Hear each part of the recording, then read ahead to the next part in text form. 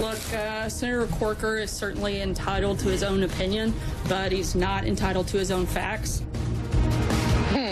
That's the president's press secretary citing the late Senator Daniel Patrick Moynihan and one of the most famous quotes in American politics. She's talking about Senator Bob Corker's criticism of the president, but let's talk about this president and his relationship to the facts right now. Let's get back to it. All right, everyone, just in the last 24 hours, I laid it out earlier, I'm going to lay it out again. The president falsely claimed broadcast networks could have their licenses revoked, falsely claimed stock market gains pay down the national debt, and falsely claimed that the U.S. was the most taxed nation in the world. That is not true by any of the standard metrics. John, first to you. He had good news. He has good news with the stock market story. Why not just stay there? Stay in the stock market lane. What is he doing? Well, the president at his core is a salesman, and salesmen like to beat their chest and they like to pat themselves on their back. And I would say that there's a difference between being a liar and a BSer. The president is clearly a BSer. And he was trying to make the point that the stock market's doing well, and the stock market is doing well. People are making lots of money. Pension funds are doing well that are heavily invested in the stock market. But he's got to take it to that next level because Trump is Trump. I mean, is that like another way of giving me the Kellyanne Conway alternative facts? There's facts and there's non-facts. They're not alternative facts. We're going to stay right there. Josh, you have written the book on kind of the insiders of the White House. What's your take? Why does he state false things consistently? Well, yeah, I think John is right. This is partly his salesman affect, and Trump himself actually discussed in his book, The Art of the Deal, and it came up with a very good term for it. I think he called it truthful hyperbole. I mean, what it is wild exaggeration, and that's been one of Trump's characteristics all along, and it's something that I think a lot of people mentally discount. But as far as his interview yesterday with Sean Hannity, where he was trying to explain how the stock market would reduce the national debt, which it most certainly won't, I think that's just a case of Trump being confused and not understanding basic budgetary economics. Wait, but like, shouldn't he's the business guy. This is the one he should get. I get being confused about health policy, but this is one of those things where... Well, he's a business guy, but he's also a salesman, and he's a developer in particular. And the way that those guys go about their salesmanship is to backslap and to exaggerate. And essentially, that's what Trump has done as a politician. Now, admittedly, you know, you want a president of the United States whose words are listened to by everybody, be a little more careful and precise and factual about what he says. But there's one thing we've learned about Trump by now, is that that is not something that he is going to hew to, evidently. I don't even know where I want to go right now, Brian. I've got so many thoughts in my head. Does it matter? Just give me something. Yeah, I think people price into the equation that the president exaggerates and that he's a salesman, and they recognize that. I think the president has a point, though, that they don't price it in when they're following the media. They expect the media to be truthful and accurate in what they report.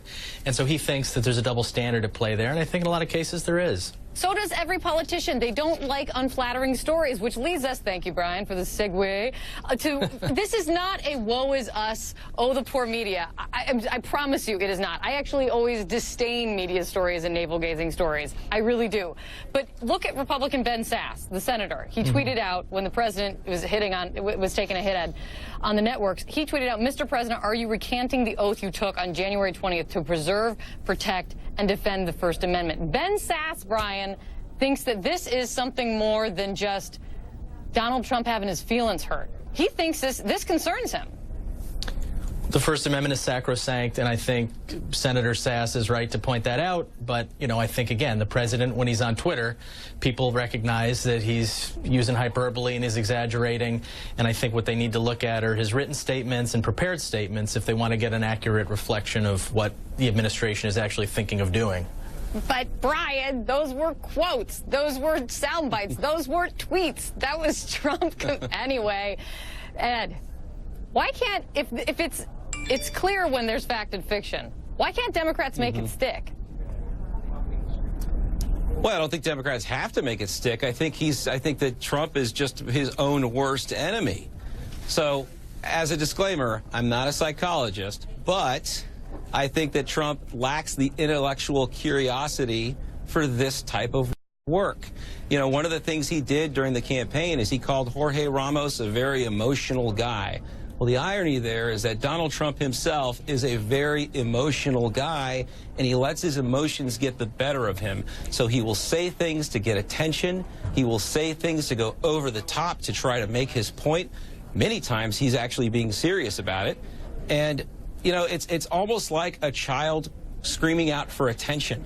And that's what we've got. We've got a spoiled brat in the White House who will say anything for attention, and he becomes his own worst enemy. He's much like the boy who cried wolf, and eventually, we might even already be at that point, very few people can actually take anything he says seriously. John, You know, Kate, John, yeah. I want to ask you, you talk to a lot of Trump supporters on your programs. Does it bother Trump supporters that he lies to them sometimes? Well, I want to make a quick point about him going after the broadcast media. The Democrats did the exact same thing when President Obama was in office. It was still wrong. They came after those of us in talk radio because they disagreed with us, and they threatened to bring the fairness doctrine back and put us all out of business. So wrong, I think that people... Also wrong. Yeah. Doesn't make but today any better. People understand, I think, that there are political motives, and there's politicians lashing out at their political enemies here. So I don't have any crocodile tears for the networks who didn't have my back when they were coming after me.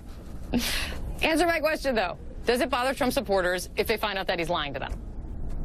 Look, I think that they understand that he's a salesman. I think they understand that everything about this guy is aspirational. He overstates, he uses hyperbole, and I think people get it. It's baked into the cake.